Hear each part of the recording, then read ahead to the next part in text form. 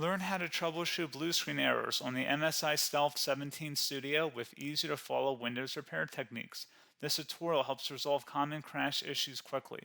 So while you're performing updates, you're getting an IRQR not less or equal message, K-mode exception not handled, kernel data in page error, a lot of errors pertain to this problem, and we're going to go ahead and jump into what should hopefully be a pretty straightforward process, guys, and we're going to go ahead and jump right into it. So first thing I'd recommend doing would be to actually go ahead and boot to the troubleshooting utility on Windows 11. So if you do a hard power off 3 times in a row, Windows should automatically attempt to launch the starter prepare utility. And if it doesn't find anything, it will give you the option to select advanced settings, in which case it would take you to a screen that looks like this. Now, if it does not take you to a screen that looks like this, or you're unable to get to that, you can also download the Windows 10 Media Creation Utility, or Windows 11. They probably will make a creation utility for Windows 11 at some point. And it doesn't really matter, you can actually run the Windows 10 utility on Windows 11 as far as I'm aware. And you should be able to run the troubleshooting utilities built in within it. So you just would go ahead and download it to an ISO file and then burn it to a DVD or USB. It'd have to be about 4 gigabytes or more. It couldn't be a small USB flash drive, and it couldn't be a CD. It'd have to be a DVD. And then you'd boot your computer from it.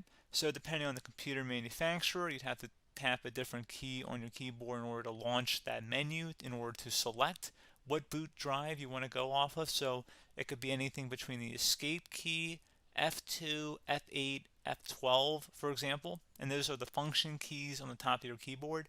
So you may have to just do a little bit of trial and error. Shouldn't take you more than a couple minutes. Googling it would probably be best before you even begin. But anyway, we're ready to go ahead and jump right into it. So we're on the choose an option page. So these will look very similar whether you're booting from it directly within Windows itself, or if you're plugged in a USB flash drive with the media creation utility installed and you selected the recovery option.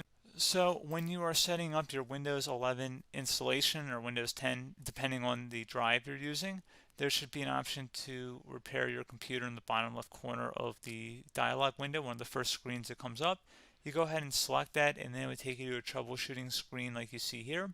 And you want to go ahead and select troubleshoot, reset your PC, or see advanced options.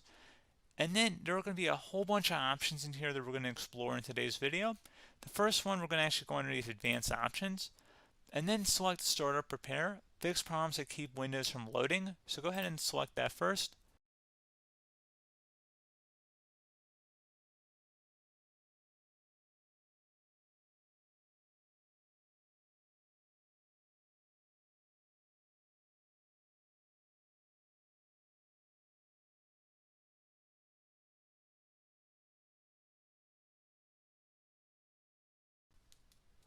Okay, so you can see it could not repair our PC.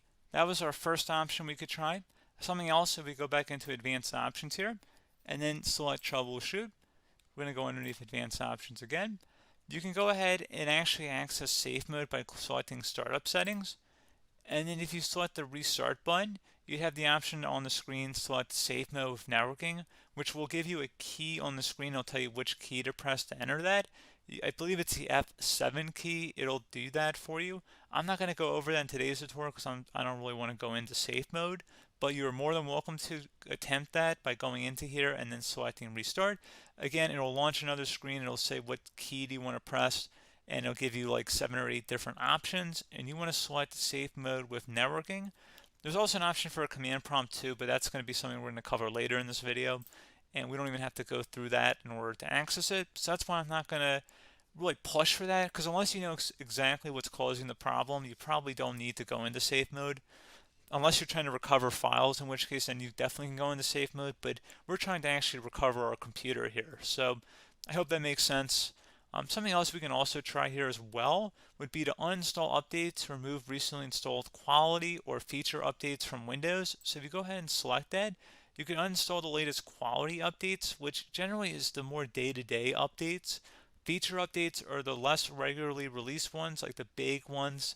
I would equate it to service packs in like Windows 7 and Windows Vista and Windows XP. So larger updates that occur once or twice a year at most.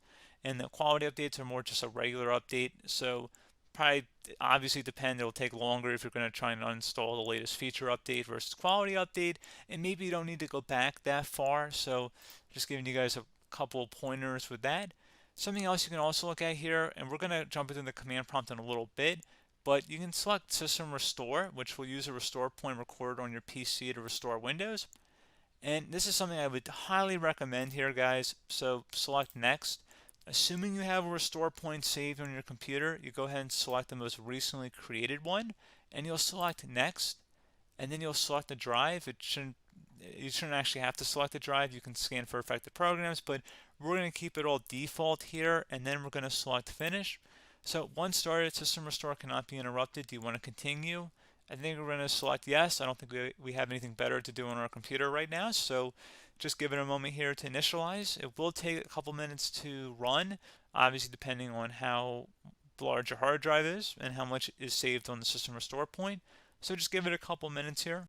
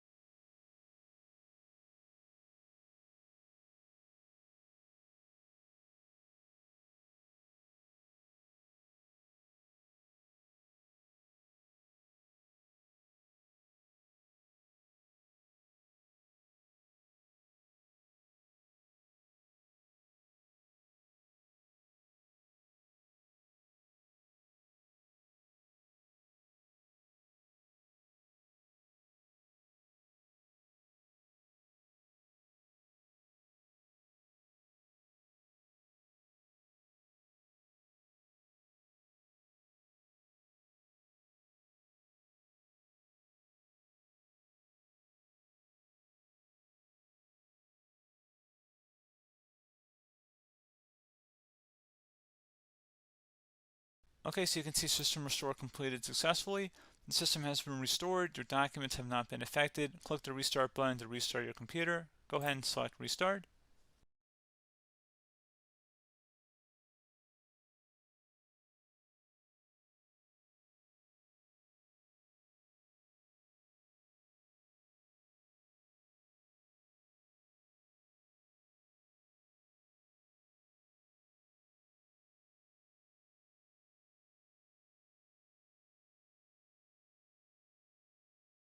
Okay, so you can see the system has been restored successfully.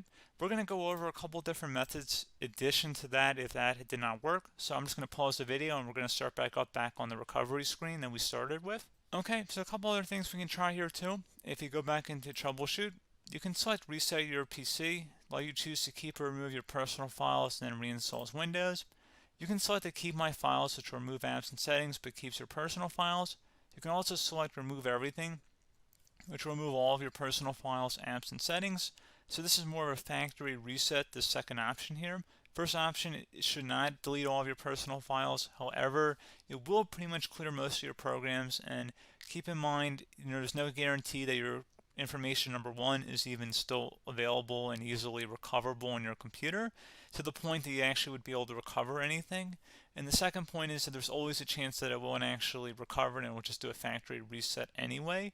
So there's no guarantee that actually would keep your files anyway. So I would recommend trying to get a recovery tool and backing that up first before selecting it anyway. But again, those are a couple different options. And then something else you can try here, if you go back to the choose an option. Another option, if you go underneath choose an option and select troubleshoot, advanced options, and now select where it says command prompt. Okay, so the first thing we should do is type our main hard drive here. In most cases, it should be the C drive. So you just do a C colon and then hit enter on your keyboard. So once you're underneath the C drive, we're going to type in dir and then hit enter on your keyboard. It should have program files, users, and Windows all in there. That's how you know you're in the right directory.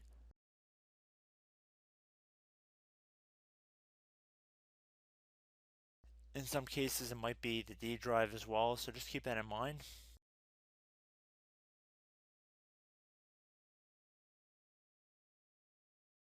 Next thing we're going to do is type in cd space / Windows / system 32 / config, and then you're going to hit enter on your keyboard.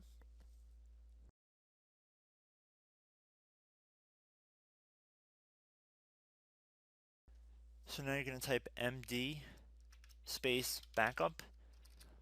If you've seen other tutorials, it might also say to put down md backup. That's because the backup name is pretty common when you want to back something up. So you can name this whatever you want, doesn't have to be backup. So if you've already made a backup folder in the past, you could do backup 1, for example. So once you're done setting the name you want the backup to be called, hit enter on your keyboard again.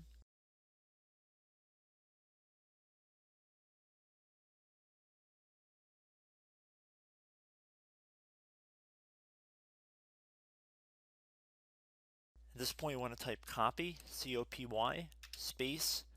Then you want to do the star symbol above the 8 key. Then do a period or a dot, whatever you want to call it. Then another star sign, and then another space, and then type backup, and then hit enter on your keyboard.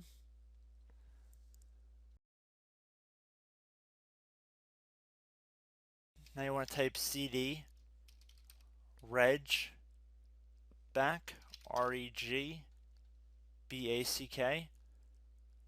and then hit enter on your keyboard.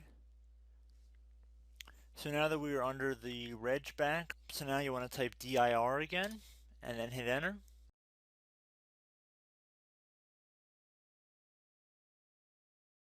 So now at this point we're going to type copy again. So copy, space, star sign, dot, another star sign, space, and then 2 dots. So we're going to type copy, space, star sign, dot, sign, star sign, dot, dot, and then hit enter on your keyboard again. So for overwrite, you want to overwrite all. So type A on your keyboard, so capital A, and then hit enter on your keyboard.